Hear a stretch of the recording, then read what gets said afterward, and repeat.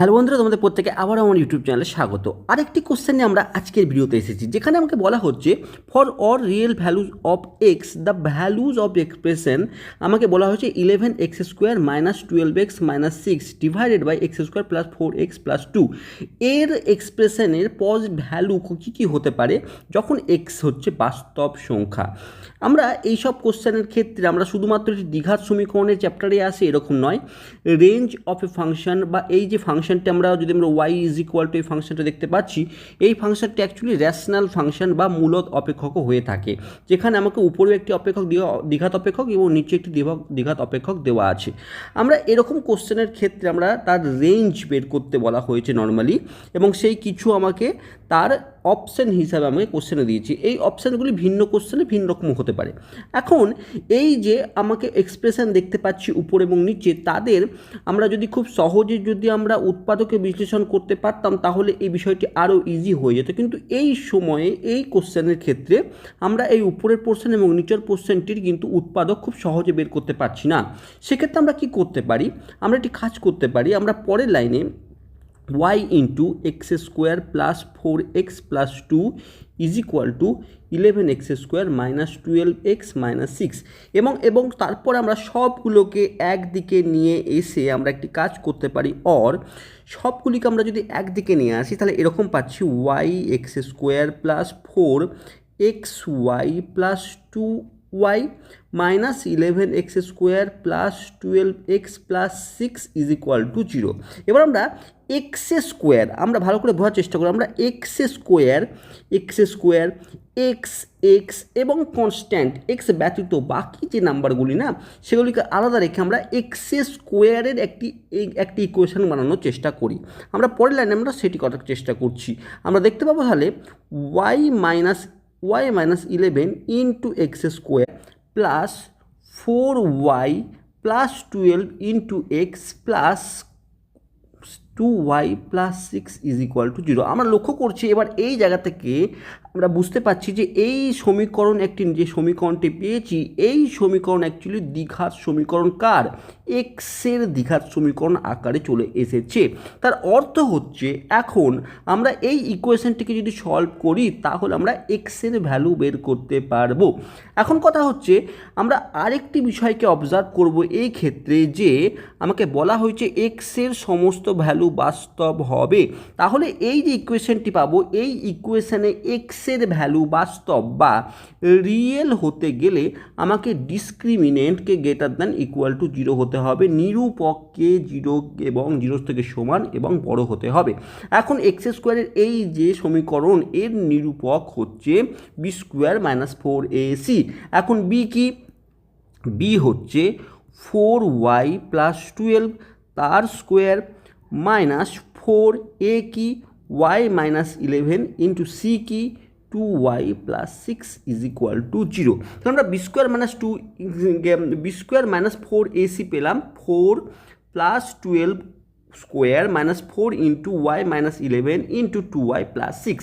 এটিকে যদি আমরা একটু সুন্দরভাবে পুরো আমরা এই স্কোয়ারের টার্মকে ভেঙে এবং সবকে গুণটুন করে যদি আমরা চলে আসি, তাহলে একটি পজিশানে এরকম আসবে 8y² প্লাস 160y প্লাস 408। এটি কী হবে, গ্রেটার দ্যান ইকুয়াল টু 0 হবে। এটা কি গ্রেটার দ্যান ইকুয়াল টু 0 হবে, কারণ discriminant greater than equal to 0 হতে হবে। আবার এখান থেকে আমরা 8 কমন নিয়ে খুব easily y² plus 20y plus 51 greater than equal to 0 আমরা এইরকম একটি আকার কিন্তু পেয়ে থাকবো। তোমরা ক্যালকুলেশন করে দেখতে পারো। এখন এই যে কোয়াড্রেটিক আমরা আরেকটি ইকুয়েশন পেলাম দ্বিঘাত সমীকরণ, একে আমরা কিন্তু খুব সহজে মিডিল টার্ম ফ্যাক্টর করে বা উৎপাদক বিশ্লেষণ করে আমরা এর মান বের করতে পারি y plus 17 into y plus 3 greater than equal to 0। এখন এই পজিশন যখন আমাদের চলে এসেছে, খুব সহজে আমরা এখান থেকে এর উৎপাদক দুটির ক্রিটিক্যাল পয়েন্ট বের করতে পারবো। সেটি হচ্ছে y is equal to minus 17 এবং y is equal to minus 3। অর্থাৎ এই দুটি পয়েন্টে y এর এই দুটি ভ্যালুর জন্য কিন্তু এই সমীকরণটি y² minus plus 20y plus 51 এই সমীকরণটি শূন্য হবে। এখন এখন শূন্য, এই যে শূন্য সেটি হওয়ার কন্ডিশন হচ্ছে ওয়াই যখন 17 হবে আর ওয়াই যখন -3 হবে। অর্থাৎ এটি যদি সংখ্যা রেখা হয়ে থাকে, এই পজিশনে যদি -17 থেকে থাকে এবং এই পজিশনে -3 থেকে থাকে, তাহলে -17 এই জায়গাটিতে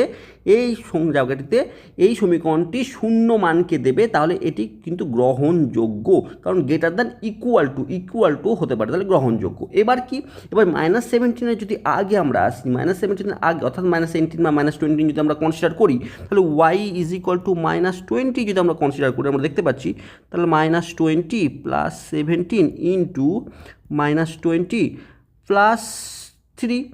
এখন এখান থেকে আমরা কি পাচ্ছি, এখান থেকে আমরা -3 গণিত -17 অর্থাৎ মাইনাসে মাইনাসে গুণ করলে আবার প্লাস হয়ে যাচ্ছে, তাহলে আমাকে পজিটিভ ভ্যালু দিচ্ছে।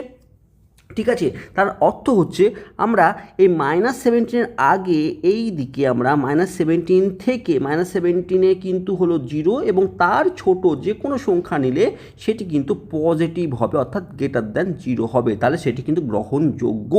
এবার তারপরে -3 থেকে যদি আরও পরে যাওয়া যায় তাহলে অর্থাৎ হচ্ছে -3 পরে কি আছে, -3 পরে 0 হতে পারে, তাহলে আমরা যদি 0 y = যদি একবার 0 পুট করি, তাহলে 0 বসালে এখানে 17, এখানে 0 বসালে 3, সেটিও পজিটিভ ভ্যালুকে রিপ্রেজেন্ট করবে, অর্থাৎ -3 থেকে এই দিকে সমস্ত ভ্যালু পজিটিভ বা গ্রেটার দ্যান 0 হবে। তাহলে 0-র কন্ডিশন পেলাম -3 এবং -17 এবং তার -3 থেকে ডান দিকে আমি গেলে সেখানেও আমি পজিটিভ পেলাম এবং -17 থেকে বাম দিকে গেলে সেখানে আমরা পজিটিভ ভ্যালু পেলাম। এর মাঝখানে যে কোনো ভ্যালু তুমি যদি নাও সেটি কিন্তু নেগেটিভ ভ্যালুকে দেবে, অর্থাৎ ওইবি কার্ভের থ্রুতে আমি বলতে পারি ঠিক এই রকমভাবে বিষয়টি যাবে। ঠিক আছে, এখন তাহলে আমরা বুঝতে পারলাম যে এই যে ওয়াই